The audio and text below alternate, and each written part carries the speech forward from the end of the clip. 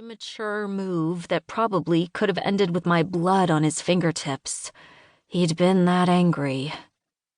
I stared at his door and willed it to open. And when it did, I nearly dropped to the ground so he couldn't see me. Instead, he just looked up at the sky, swaying on his feet as a bottle of pills fell from his hands onto the cement. He barked out a laugh and tilted back whatever was left of the fifth he'd chosen that night. His full lips were pulled back into an amused smile as the rain attacked whatever shreds of good sense he still possessed. "Are you happy now?" he roared up at the sky, then threw the bottle against the side of the pool house as the pills on the ground washed away. "Answer me." He grabbed a chair and threw it into the pool. "Are you fucking happy?" His screams were going to wake up the only neighbors we had, 2 miles away. As it was, he was one more mistake from getting chained in the dungeon. I knew this because Chase had said so during dinner the night before, and when I laughed, and nobody else did, I realized they did, in fact, actually have a soundproof room in the basement. Something told me people didn't exactly come back from that. It was his own child, but it was also the mafia, and even though nobody ever explained the rules, I knew one thing. They were killers, all of them. So, chaining your son to a chair in the basement? Probable.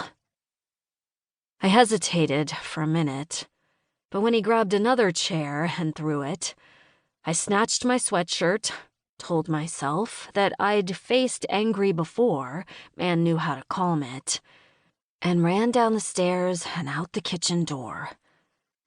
Rain pelted my gray hoodie as I jogged over to Ash and yelled, "Stop!"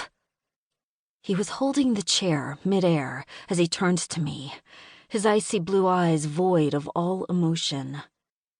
Lost. He was so lost. My heart cracked bit by bit as his chest heaved with more rage than a human was capable of holding, capable of coming back from. A tear slid down my cheek, mixing with the raindrops. He had everything.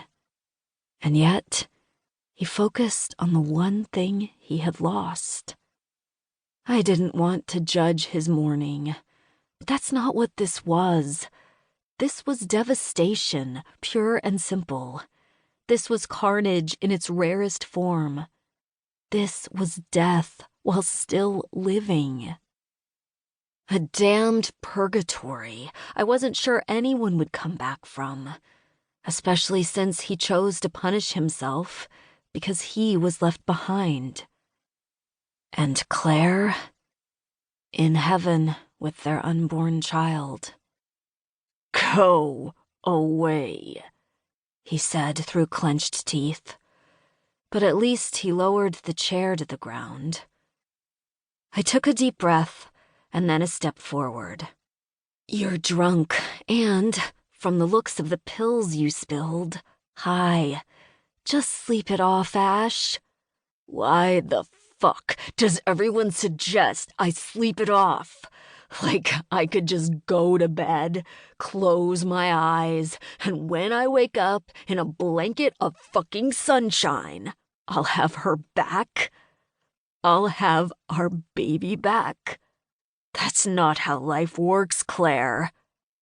He stumbled toward me, then swayed on his feet as he rubbed his eyes with his right hand. He'd called me Claire. The knife twisted deeper into my chest as I took the second step, raising my hand to put it on his shoulder. "It won't be better. I never said it would be better.